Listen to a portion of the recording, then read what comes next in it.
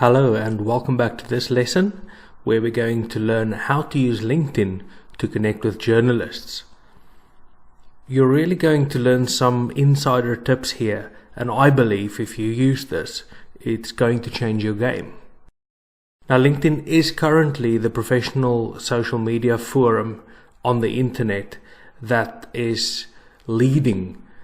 There are no other professional platforms that can do what LinkedIn is doing at the moment, and I don't believe that is going to change anytime soon. Now, what I love most about LinkedIn is that it gives you that ability to reach out to very specific people, categorized by industry. Therefore, it makes a great tool to manage your media relations, as I've been doing for quite some time now. I do have a disclosure to make, guys. I do some consulting work for LinkedIn subsidiary in California.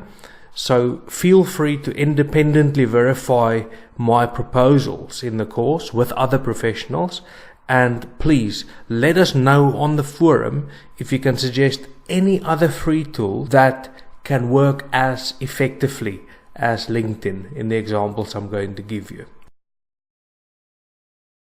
Now, let's be clear, guys.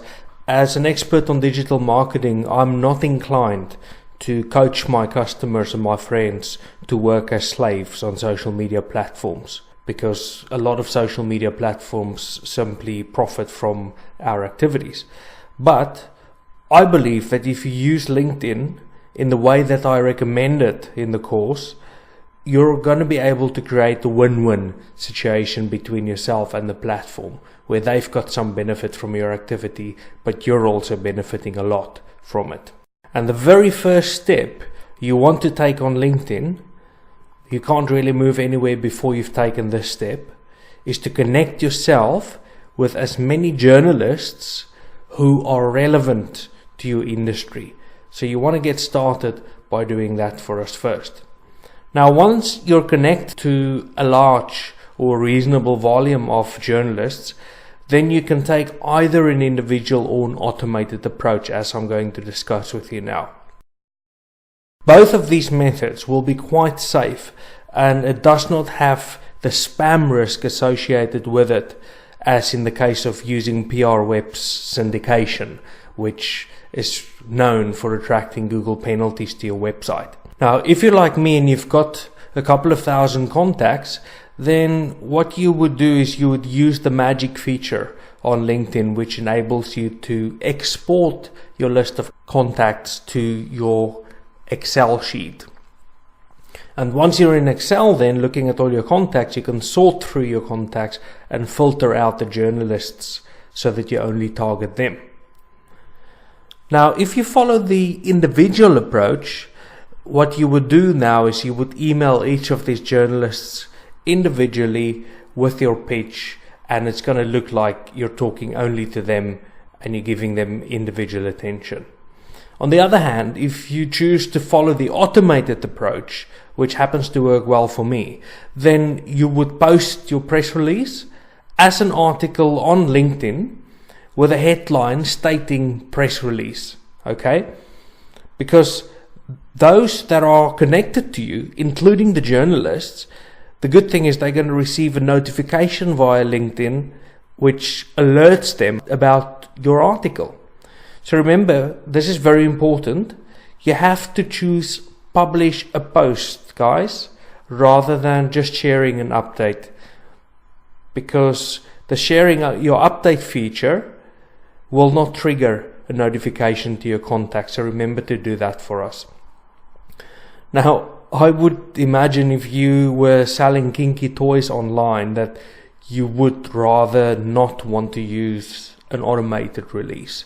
But on the other hand, if you ran a charitable organization that would be inclined to be perceived by people as something honorable, of course, go automated.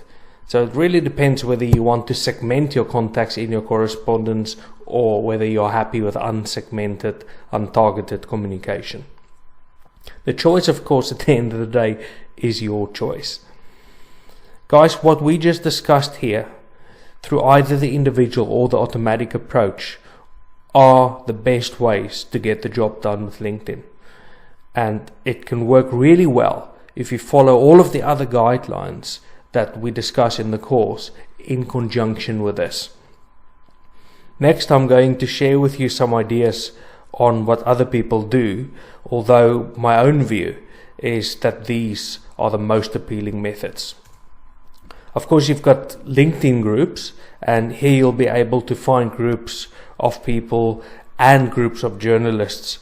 You'll find the places where they hang out, and you can get into these groups and you can start talking, start liking and start commenting.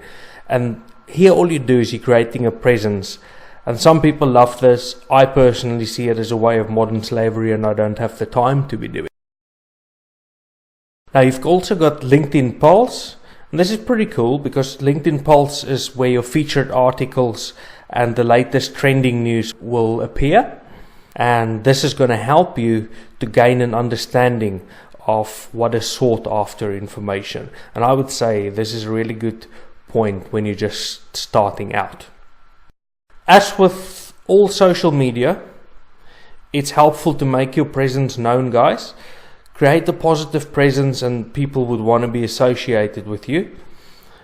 This is how you access the journalists and the editors and how your list can grow.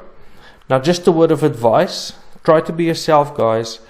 There are people on LinkedIn who use it for escapology and to become the person that they never managed to be in real life. All of a sudden they are all of that on LinkedIn. I don't think this is going to impress your real acquaintances who know you, and I don't think this is going to impress the media either. So let's just keep it real on LinkedIn. That's the best you can do. Excellent. I hope you guys enjoyed this session. Next up, we're going to discuss how to become a journalist's ally.